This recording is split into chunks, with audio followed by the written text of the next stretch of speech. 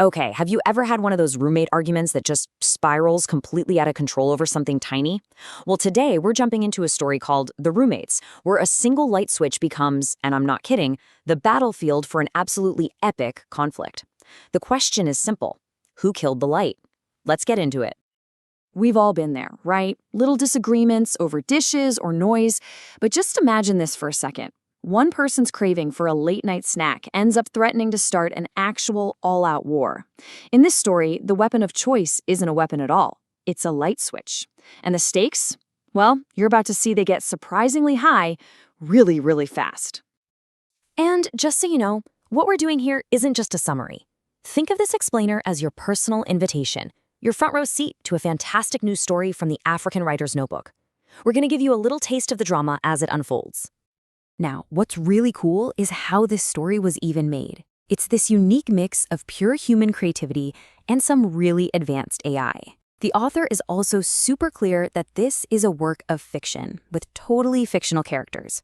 So let's just dive in and enjoy this piece of art for what it is. All right, Section 1, Meet the Roommates. Every great story needs great characters, and at the heart of this whole thing are two unforgettable personalities. So let's meet the guys on opposite sides of the light switch, Tunde and Kofi. And this right here, this is the whole conflict in a nutshell. On one side, you've got Tunde. He's practical, he's hungry, and, he just needs some light to see his food. Simple enough. But on the other side, there's Kofi. For him, this isn't just about a light. It's about a principle. It's about conservation, respecting the electricity bill. It's a whole different philosophy on how we use things. Section 2, the first switch. Okay, so this is where it all kicks off. The scene of the crime, the kitchen. The time? 8:30 p.m., which, let's be honest, is a little early for a midnight snack, right? This is where the first shot in the war on electricity is officially fired. So picture this. Tunde wanders into the kitchen, his stomach is rumbling, and he finds it completely dark. And I don't just mean lights off dark. I mean the main breaker has been flipped. Total darkness. He knows exactly who did it. So he flips the power back on, ready to finally eat, and that's when he sees him, a shadow, standing in the doorway.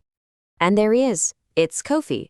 He doesn't yell, he doesn't argue, he just hits him with this line, delivered with what the author calls a profound, silent disappointment. You can just feel it, right?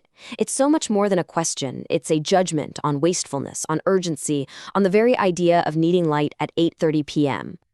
Section 3, the war on power. So you might think they'd argue and get over it, but no. Oh no. This one moment, it ignites a week-long, passive-aggressive Cold War over every single watt of electricity in that apartment. And the tactics they use are just genius in how petty they are. Tunde actually sets up a lamp with a remote control as a booby trap. Kofi's response is just surgical. He goes around and unplugs everything. And the collateral damage? That blinking 12 o'clock on the microwave. A silent monument to their ongoing battle. It's so absurd, but honestly, so relatable. Section 4, Phantom Power Showdown. Okay, every Cold War has that moment where things suddenly get hot. For Tunde and Kofi, that moment is the Phantom Power Showdown. This is where things get really personal. This is it. This is the final straw. Look, you can unplug a toaster, you can unplug a lamp, but you do not unplug a man's charging laptop while he is using it. This one move is what makes Tunde absolutely lose it. But, see, Kofi thinks he has a good reason. He's not just being petty. He's trying to teach Tunde a lesson about something he calls phantom power. The electricity your stuff uses even when it's turned off. To Kofi, Tunde's charger's a little vampire, sucking electricity, and he's just the vampire slayer. And Tunde's reaction is, well, pretty much what you'd expect. The idea of fighting energy vampires is just a little too much for him. To Tunde, this isn't about saving energy. It's just pure madness. It's like they're speaking two completely different languages at this point.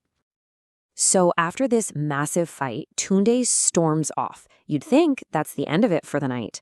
But Kofi has one last card up his sleeve. One final devastating move to make. And this brings us to the ultimate question in this whole saga. What could possibly be worse than just sitting in the dark? What is the one thing that could push this whole fight way beyond the point of no return? That's right, silence. He cuts off the internet. Kofi calmly walks over to the hallway and unplugs the router, plunging the apartment not just into darkness, but into a deafening digital silence. And that is where this part of the story leaves us hanging. Section 5. Read the full story. Seriously, what a cliffhanger, right? I bet you're wondering what happens next. Does Tunde retaliate? Does the internet ever come back on? Do they ever speak again? Well, guess what? You can find out. The entire story is just waiting for you right now. All you gotta do is go down to the description below this video and click the link. The African Writer's Notebook has put the whole thing right there for you. So go on, click it, find out how this war on power finally ends. And hey, while you're there, check out what else Ton has coming up. I mean, with titles like The Juju Man in Canada and Jolliffe Wahala Babes, it looks like there are so many more incredible stories on the way. So click that link in the description to finish this amazing story. And definitely make sure you subscribe to the African Writer's Notebook so you don't miss a single thing they put out. Thanks so much for hanging out with me.